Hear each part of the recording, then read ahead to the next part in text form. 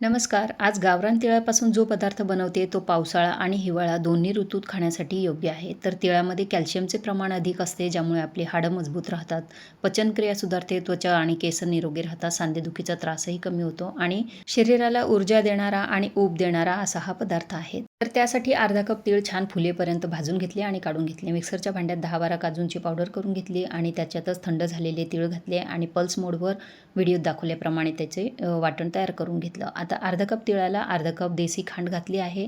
तर इथे तुम्ही नॉर्मल साखरचाही वापर करू शकता. त्यात 3 ते 4 चमचे पाणी घालायचं आणि 1 तारी पाक तयार करायचा. गॅस पूर्णपणे लो ठेवायचा आहे. आता पाकामध्ये वाटलेलं मिश्रण घालायचं. 1/3 कप दुधाची पावडर घालायची आहे आणि सर्व जिन्नस एकत्र करून छान असं मिक्स करून घ्यायचं. हळूहळू मिश्रण घट्ट होत जाणार आणि त्याचा एक छोटासा लाडू वळून बघितला ना तर तो वळताही येतो. तेव्हाच आपण या मिश्रणात वेलची पावडर घालायची आणि मिक्स करून घ्यायचं आणि तूप लावलेल्या ताटात मिश्रण काढून मध्यम जाडीचं असं त्याला थापून घ्यायचं आहे. वरून आवडीप्रमाणे तुम्ही नाही का तीळ लावू शकता किंवा काजू बदामाचे कापही इथे लावू शकता. तयार आहे आरोग्यदायी फायदे देणारी तीळ कतली, अतिशय पौष्टिक आणि चविष्ट सुद्धा.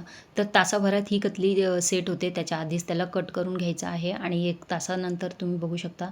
हे बघा किती छान अशी नाही का तीळ कतली तयार झाली आहे.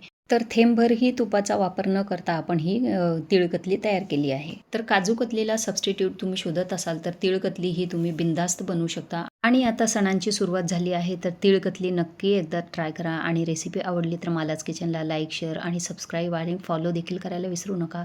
धन्यवाद.